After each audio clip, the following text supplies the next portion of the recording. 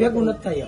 એકને 49 લાખ ને 95,000 ની નોટિસ મુનાભાઈ ઠુમર ને એને ઘર બતાવ્યું મેં હવારે પ્રચારમાં નીકળ્યા 49 લાખ 97,000 રૂપિયા 50 લાખ રૂપિયા ધોકા લેવી સીધી એને હું કીધું કે હું જમીન વેચી નાખું તો એ કે મારે ભેગું નથી થાય. અમારે 15 વીઘા જમીન એ પાણા હવે કે બામું વેસું તો ભરાય પછી આપણે શું કરીએ